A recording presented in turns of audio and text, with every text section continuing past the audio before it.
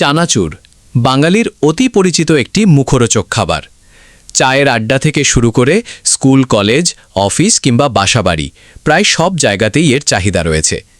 কিন্তু সেই প্রিয় চানাচুর যদি তৈরি হয় অস্বাস্থ্যকর পরিবেশে, আর যদি খাবারের খামির মেশানো হয় মানুষের পা দিয়ে, তাহলে প্রশ্ন উঠতেই পারে, আমরা প্রতিদিন আসলে কি খাচ্ছি? সম্প্রতি শাওন চানাচুর ফ্যাক্টরিতে অভিযানকালে এমনই এক চিত্র প্রকাশে আসে। ফ্যাক্টরির ফ্লোরে নোংরা পরিবেশে খাদ্যপণ্য তৈরির পাশাপাশি দেখা যায় পা দিয়ে খামির তৈরি করা হচ্ছে। দৃশ্যটি শুধু অস্বস্তিকর নয়, খাদ্য নিরাপত্তা ও জনস্বাস্থ্যের জন্য এটি অত্যন্ত উদ্বেগজনক। অভিযানকালে দেখা যায় যেখানে খাবার প্রস্তুত হওয়ার কথা পরিচ্ছন্ন ও স্বাস্থ্যসম্মত পরিবেশে, সেখানে মেঝের ওপরেই চলছে উৎপাদন কার্যক্রম। খাবারের খামিরে হাতের পরিবর্তে ব্যবহার করা হচ্ছে পা। একজন ভোক্তা যখন দোকান থেকে চানাচুরের প্যাকেট কিনছেন, তখন তিনি হয়তো জানতেও পারছেন না কারখানার ভেতরে তার খাবারটি কিভাবে তৈরি হয়েছে।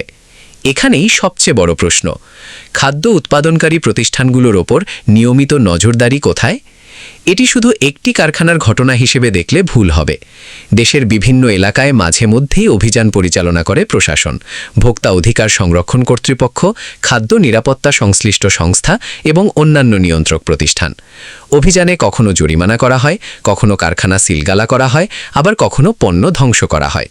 কিন্তু কয়েকদিন কিংবা কিছু সময় পরেই অনেক প্রতিষ্ঠান আবার আগের মতো উৎপাদনে ফিরে আসে। এমন অভিযোগ দীর্ঘদিনের। তাহলে প্রশ্ন হলো, শুধু জরিমানা করলেই কি সমস্যার সমাধান হচ্ছে?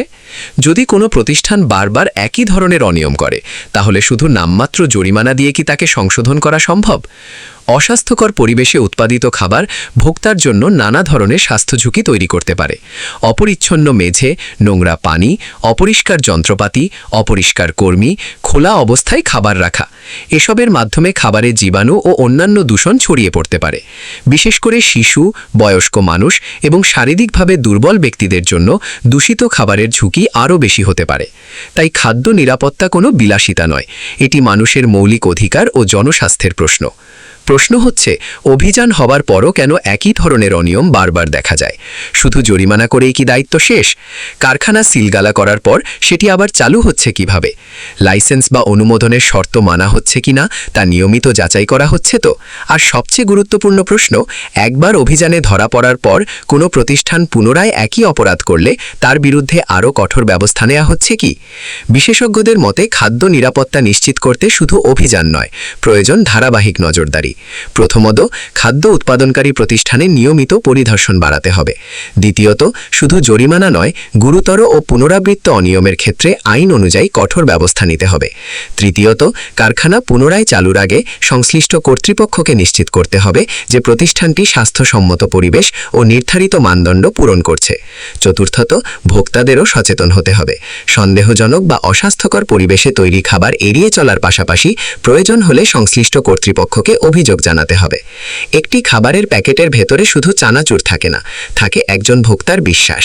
সেই বিশ্বাসের সঙ্গে প্রতারণা কোনোভাবেই গ্রহণযোগ্য নয়। শাওন চানাচুর ফ্যাক্টরিতে অভিযানের সময় দেখা দৃশ্য আমাদের আবারও চোখে আঙুল দিয়ে দেখিয়ে দিল খাদ্য উৎপাদনে পরিচ্ছন্নতা ও নিরাপত্তার বিষয়টি কতটা গুরুত্বপূর্ণ। আজ হয়তো ক্যামেরায় ধরা পড়েছে একটি কারখানার চিত্র, কিন্তু প্রশ্নটা আরও বড়, ক্যামেরার আড়ালে থাকা হাজারো খাদ্য কারখানার কি অবস্থা? অভিযান হবে, জরিমানা হবে, সিলগালা হবে, তারপর যদি আবার একই অনিয়ম শুরু হয়, তাহলে সেই অভিযান কতটা কার্যকর? ভোক্তার প্রশ্ন একটাই, আমরা টাকা দিয়ে খাবার কিনব নাকি রোগ কিনব?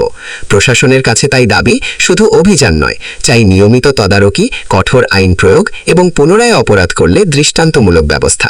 কারণ খাবারে অনিয়ম মানে শুধু ব্যবসায়িক অনিয়ম নয়, এটি সরাসরি মানুষের জীবন ও স্বাস্থ্যের সঙ্গে জড়িত। আশিকুর রহমান মাহি, অনুসন্ধানী প্রতিবেদক, দৈনিক ক্রাইম ডায়েরি ও সাপ্তাহিক গোয়েন্দা ডায়েরি। ক্যান্সারের একদম সরাসরি ক্যান্সারের কারণ হিসেবে পরিলক্ষিত। তারপরে আমরা দেখছি যে ওনারা যে এইদিকে যে ওনার যে জায়গায় প্রসেস করে, এটিও খুব নোংরা, পরিষ্কার নয়, অপরিষ্কার এবং কোনো ধরনের, আপনার হাত পা দেখি, এই যে উনি ওনার কাপড় চোপড় দেখেন, ওনার কাপড় চোপড় সবকিছু খুব নোংরা, এগুলো দিয়ে কাজ করতেছে। এবং ওনাদের যে রান্না ঘর, এদিকে নিয়ে আসেন, দেখান রান্নাঘরটা দেখান, যে এটা আসলে কোনো পাকা করা নেই, টাইলস করা নেই, এরা বানাচ্ছে। এবং এদের যে তেল, সেই তেলটা হচ্ছে সম্পূর্ণ কালো পুরা তেল, দেখানো যে সম্পূর্ণ কালো পুরা তেল, বিষাক্ত তেল, একেবারে বিষাক্ত। একটা কিনে আসেন, মগটা নিয়ে আসেন, মগ নিয়ে আসেন। যে কালো কালো পুরা তেল, এটি হচ্ছে গিয়ে মানুষের গ্যাস্ট্রিক আলসার ক্যান্সারের কারণ। নিয়ে আসেন, মগটা নিয়ে আসেন। দেখেন তো মগটা বাইর করেন, কোথায় মগ আপনার? দেখেন তো তেলটা একটু এরকম তুলে দেখান, তেলটা তুলেন। মোবিলের চেয়ে কালো হয়ে গেছে আপনাদের তেল, এরকম ঢালেন। এই যে মোবিলের চেয়ে কালো হয়ে গেছে এই তেল। এই তেল দিয়ে তারা হচ্ছে কি এগুলো বানায় বাজারজাত করতেছে। আপনারা মানুষকে মৃত্যুর দিকে ঠেলে দিচ্ছেন আপনাদের বিজনেসের জন্য। আজকে আপনাদের বিরুদ্ধে কঠোর ব্যবস্থা নেওয়া হবে, আপনাদের এই প্রতিষ্ঠান সিলগালা করা হবে এবং বড় ধরনের জরিমানা আরোপ করা হবে। ঠিক আছে?